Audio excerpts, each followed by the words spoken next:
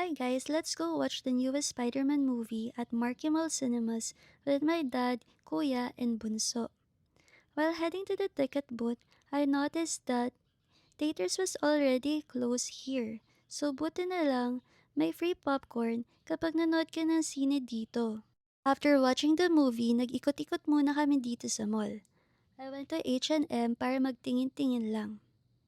After scrolling through their items, may nakita ko na sobrang cute na top and flare jeans na sobrang ganda ng fit sa akin. Kaya ayan, napabili na naman ako. We went to North Park for dinner. Ito yung usuals na in-order namin lagi dito. We had the pork ribs and their yang chow fried rice.